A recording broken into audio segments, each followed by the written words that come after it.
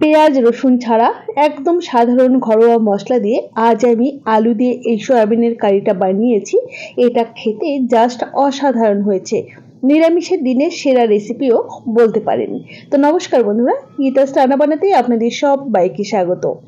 রেসিপিটা তৈরির জন্য প্রথমেই এখানে আমি পরিমাণ মতো সয়াবিন অল্প একটু নুন দিয়ে বেশ খানিকটা জলের মধ্যে একটু সেদ্ধ করে নিচ্ছি, অর্থাৎ ফুটিয়ে নিচ্ছি। বেশ ভালোভাবে ফুটতে শুরু করেছে। আর এই যে সয়াবিনগুলো সাইজে বড় হয়ে গেছে, তো আমি ঢাকা দিয়ে কিছুক্ষণ রেখে দিয়েছিলাম। এরপর ধুয়ে পরিষ্কার করে জল নিংড়ে একটা পাত্রে রেখে দিয়েছি।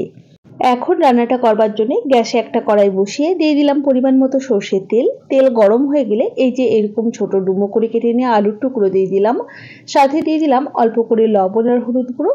এখন নাড়াচাড়া করে বেশ সুন্দর আলুগুলোকে ভেজে নিতে হবে। মোটামুটি 50% মতো যাতে সেদ্ধ হয়ে যায় এমনভাবেই আমি আলুগুলোকে ভেজে নিলাম। এবারে তেল ঝরিয়ে আলুগুলোকে একটা পাত্রের মধ্যে তুলে নিচ্ছি। আলুগুলো একটু এরকম ভেজে নিলে কিন্তু খেতে বেশ ভালো লাগবে। তো কড়াইতে যতটুকু তেল রয়ে গেছে ওর মধ্যে আমি এই যে সেদ্ধ করে রাখা সয়াবিনের টুকরোগুলো দিয়ে দিলাম, সাথে সামান্য লবণ আর হলুদ গুঁড়ো দিয়ে নাড়াচাড়া করে হাই ফ্লেমে ভেজে নেব।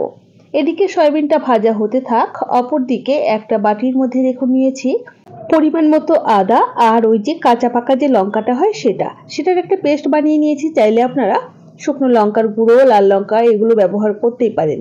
সাথে 1 টিস্পুন জিরে গুঁড়ো, 1 টিস্পুনের চেয়ে একটু বেশি পরিমাণ ধনে গুঁড়ো, 1/2 টিস্পুন হলুদ গুঁড়ো আর অল্প জলও দিয়ে দিলাম। এবারে এই সমস্ত কিছুকে আমি আগে থেকে মিশিয়ে রেখে দিচ্ছি। এতে রান্নার স্বাদটা কিন্তু খুব ভালো আসবে।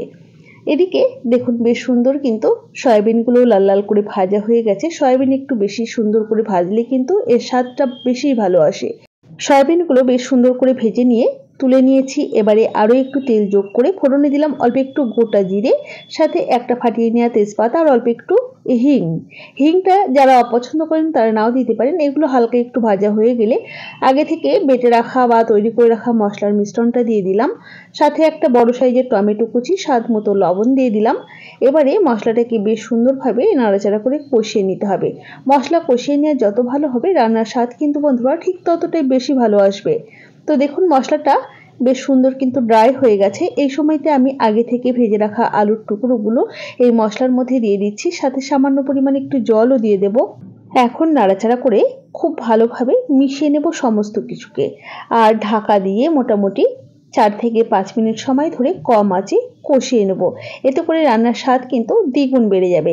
আপনি যদি আমার চ্যানেলের নতুন বন্ধু হয়ে থাকেন তাহলে অবশ্যই পাশে থাকা বেল আইকন সমেত আমার চ্যানেলটিকে সাবস্ক্রাইব করে নেওয়ার অনুরোধ রইল। তো দেখতেই পেলেন ঢাকা দিয়ে মিনিট 5 কষিয়ে নেওয়ার পর ঢাকা ওপেন করে বেশ ভালোভাবে একটু নাড়াচাড়া করে নিয়ে এবারে ভেজে রাখা সয়াবিনের টুকরোগুলো দিয়ে দিলাম, সাথে সামান্য পরিমাণে একটু গরম জল যোগ করে দিয়ে নাড়াচাড়া করে আরও কিছুটা সময় নিয়ে কষিয়ে নেব। কষিয়ে নেওয়া যত ভালো হবে রান্নার স্বাদ কিন্তু বন্ধুরা ঠিক ততটাই বেশি ভালো আসবে। তবে যাতে পুড়ে না যায় সেটাও খেয়াল রাখতে হবে। এবারে দিয়ে দিলাম গ্রেভির জন্য পরিমাণ মতো ফুটন্ত গরম জল। রান্নাতে গরম জলের ব্যবহার করলে রান্নার স্বাদ অনেক বেশি ভালো আসে। সমস্ত কিছুকে নাড়াচাড়া করে মিশিয়ে নিয়ে ঢাকা দিয়ে মোটামুটি আরও ওই 6 থেকে 7 মিনিট রান্না করে ঢাকা ওপেন করে নিয়েছি। দেখুন বেশ সুন্দর দেখতে হয়েছে। গ্রেভিটা অনেকটা ঘন হয়ে গেছে, ঠান্ডা হওয়ার সাথে সাথে আরও ঘন হয়ে যাবে।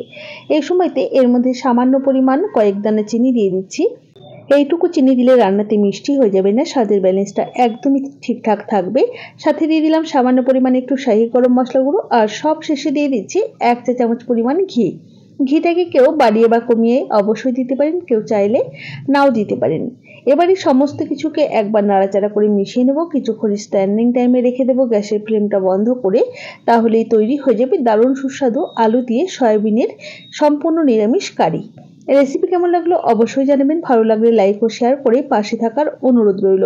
আর আশা করি দেখেই বুঝতে পারছেন যে কতটা টেস্টি হতে পারে। দেখতে যতটা ভালো হয়েছে বন্ধুরা, খেতে কিন্তু তার থেকে অনেক অনেক অনেক বেশি টেস্টি হয়েছিল। তাহলে আজ এই পর্যন্তই। সকলে ভালো থাকবেন, সুস্থ থাকবেন। হাজির হয়ে যাব নতুন কোনো রেসিপি নিয়ে। ধন্যবাদ।